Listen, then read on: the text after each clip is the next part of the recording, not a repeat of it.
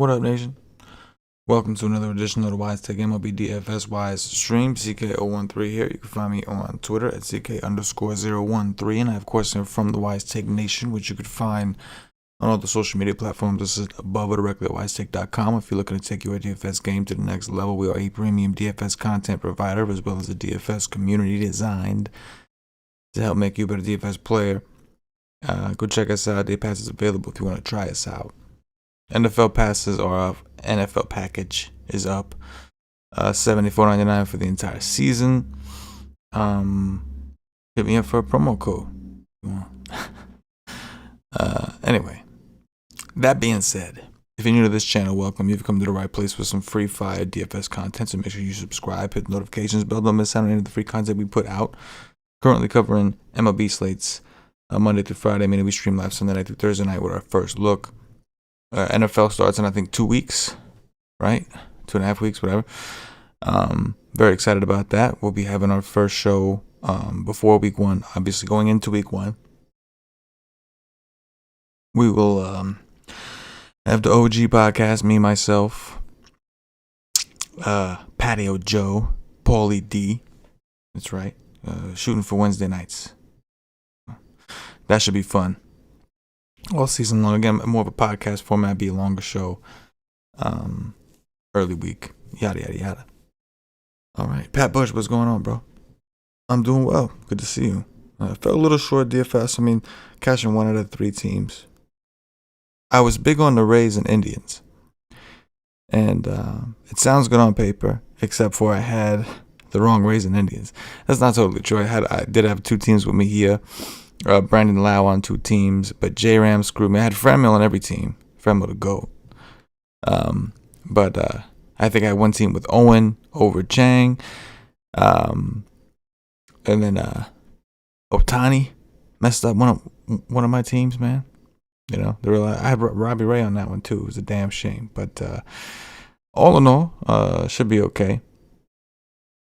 Feel like I should have done better. I think the only team that scored more runs, I mean, the Padres game just kind of started, but the only team that scored more runs was Baltimore. And they were probably, I didn't even check, but I'm assuming that they were the slate winning stack, right? But Pat Bush says he's in there cashing at 1 of 3. Wish he had Castillo as his SP2 over Ohtani. Yeah, Ohtani was a disaster, man. That was rough. He rebounded enough, but then his team blew the win. It was just a shit show. I don't even really love Ohtani. I backed into him, right? Like, I built the team, really liked how it looked. I wanted Robbie Ray in it, and that was what I was left with. But it is what it is. Anyway, we've got a, what is this, 9-game slate to get into on a Thursday night. Another 3-game slate for those of you that want to grind early, but we are going to discuss the 9-game slate. And we're going to start off with top pitching, as we always do. A lot of guys to discuss. It's a pitching-heavy slate. Offense, not so much. Not that there's not good offense. Is just, I think it's a tougher decision to kind of pick the offenses. I'll explain what I mean. But there's a lot of pitching. There's a lot of pitching to like. Max Scherzer visiting the Padres, division rival. Obviously, Scherzer is one of the best in the game. Chris Sale, who's looked really good since coming back. He gets Minnesota. He is at home in the Hitter's Park. It's not great, but still. Yu Darvish, I guess we should expect to see Darvish back. I think he's off the IL, so they say he's good to go. He could be. I mean, he'll probably be very low owned, right? Alex Wood against the Mets. Mets just look terrible right now. Price is fair. It's okay. Mets against lefties this year. 95 WRC plus, 136 ISO, 24.2% K rate. Patrick Corbin. Not a guy that I love to ever recommend, ever. Especially at 8-2. I think that's a little too expensive, but he is in Miami against the Marlins. Miami last year was very good against lefties. This year they have a 28.1% K rate, a 142 ISO, 294 WOBA, and an 87 WRC plus. I think we have to at least consider him, right? Eliza Hernandez on the other side against Washington. Now Washington a little more on the pesky side. Not a great offense. 93 WRC plus against righties. 150 ISO, but a 21.9% K rate. It's a little. They could be pesky. I think Carlos Carrasco, and this is obviously more of a DraftKings deal. There's too many good pitchers on FanDuel, and the pricing is too soft for you not to just go up and pay for somebody with a bigger ceiling, bigger floor. But on DraftKings is an SP2. I think Carrasco's in the conversation. I gave up 3 runs against the Dodgers, but he did strike out 6 through 78 pitches, and the Mets are fucking desperate at this point. So I think they may let him go a little more than 80 pitches. We know Carrasco over his career is a high strikeout pitcher, and the Giants, as good as they are, and I'm not taking nothing away from the Giants, very good offense. They do have a 25.5% strikeout rate. So Carrasco's in the conversation. Kikuchi is very cheap, 7.3 against the Royals. I think he got roughed up by the Astros his last time out, but that was the Astros, man.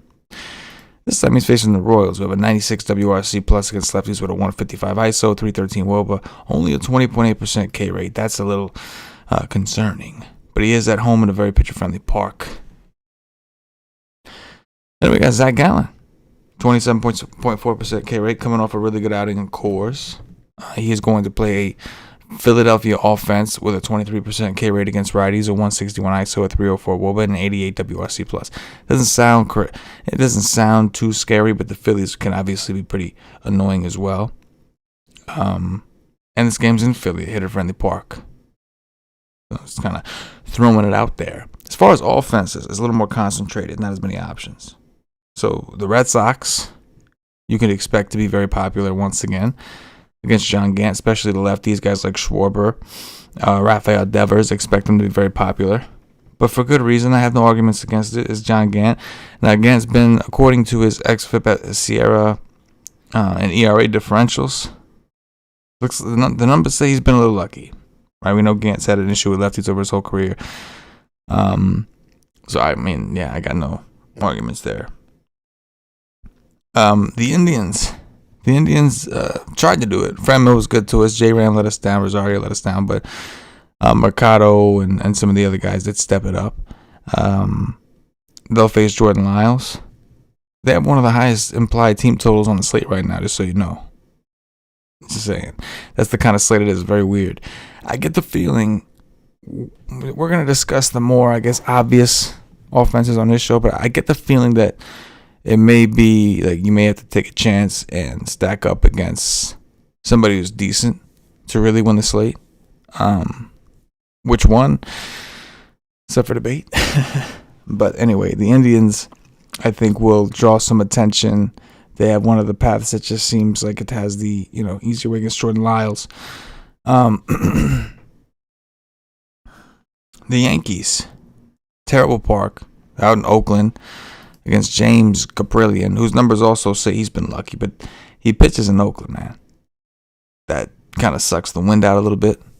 But still, again, on a slate that's lacking that obvious offense outside. And this should give you an idea of how popular the Red Sox should be. Last but not least, the Mariners against Brad Keller. Keller's has not been good this year. He hasn't. And the Mariners, while on paper it's nothing great, they have a lot of lefties and can give Keller some trouble. They have a 4.8 run total, which is one of the high ones on the slate right now. The park sucks. But we're reeling. Again, this is why when those are your top offenses, now the Red Sox obviously in a phenomenal spot, but when those are your top offenses that kind of pop out the most, and, things to watch, there's a couple other ones that we'll get into, but it makes you feel like you might have to attack, like do something. I mean, you got to get different to be different. You know what I mean? You don't want to be stupid. You don't want to play the wrong one. But you get that feeling that maybe stacking an offense against somebody we mentioned in the top pitcher section may be the way to go. Things to watch. So Eflin's back off the IL. Eflin, I think, is a good pitcher. And the only reason I'm even doing this is because it is a hitter's park out in Philly. And the D-backs have a lot of lefties, man. They can have a lot of lefties. They can get pretty left-handed heavy, and that's something Eflin's certainly struggled with over his career. There's typically a big difference with him between lefties and righties.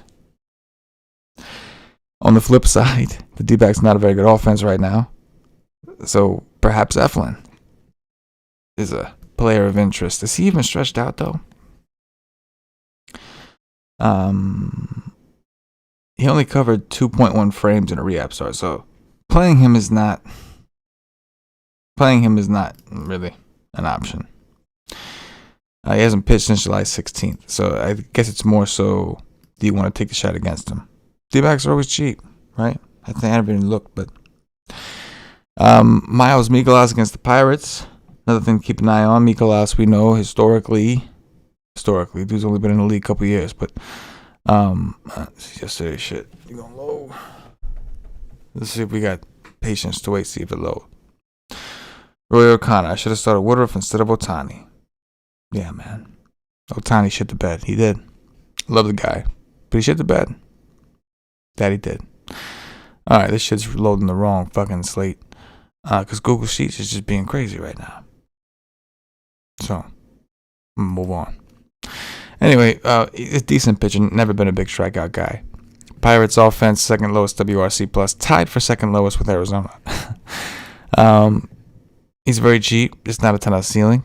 And on top of that, go even further, the Cardinals, as of right now, have one of the highest implied run totals on the slate at 5.1. As of right now, it is 10:52 p.m. Eastern at night. The night before. But they got like a 5.1 against Mitch Keller, who's terrible. But I mean, the Cardinals haven't exactly been smashing the ball this season. 89 WRC plus against righties, 148 ISO, 301 WOBA, 21.9% K rate. Yikes. Jeffrey Lanier, what's going on, bro? He says, I like the Indians, especially their pitchers. You notice if they are pitching good, the manager let them stay out there for 6 or 7 innings. Keep doing dirties all day. That's what we do. Dirties all day. But yeah, that's, I don't know. Dong watching around here. Going Kyle Schwarber. He did it a home run already.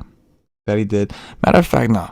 We'll go 3 third basemen just to make things fun.